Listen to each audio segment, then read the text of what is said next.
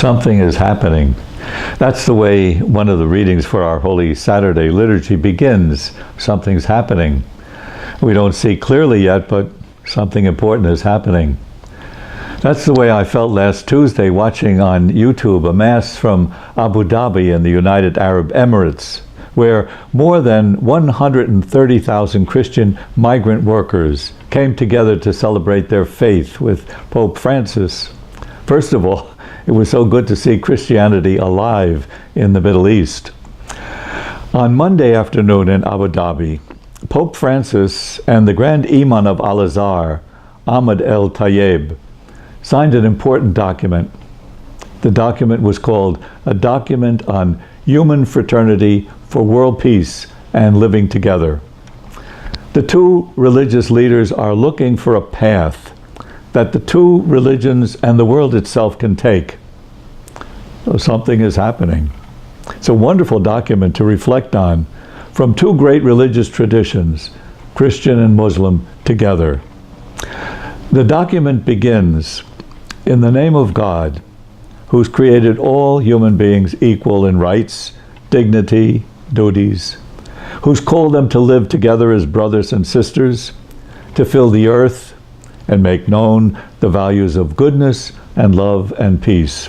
And the document goes on to speak for innocent human life, the poor, the destitute, the marginalized, the victims of destruction and calamities and war. It invokes the great common values of freedom and fraternity and peace and justice. And it speaks for all people everywhere. The two leaders, representing Muslims of the East and the West, the Catholic Church and the Catholics of the East and the West, ask, in the name of God, that we adopt a culture of dialogue as a path to follow. And they ask for mutual cooperation in the way we live, reciprocal understanding, that we try to understand each other. This is what God wants of the human family. And the two leaders go on in the document to say, on this we will be judged.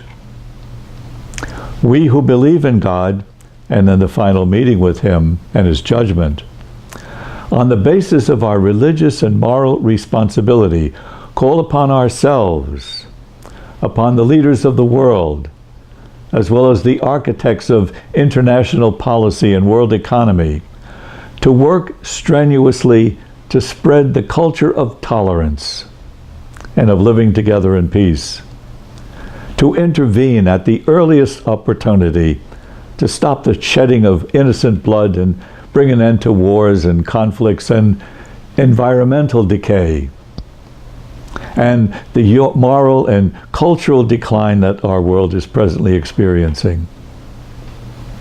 A lot there, isn't there? One commentator Tuesday said, a statement like this takes time for its meaning to be felt. That's true. But I feel, and I was reflecting on it, something's happening. And we should pray that it should.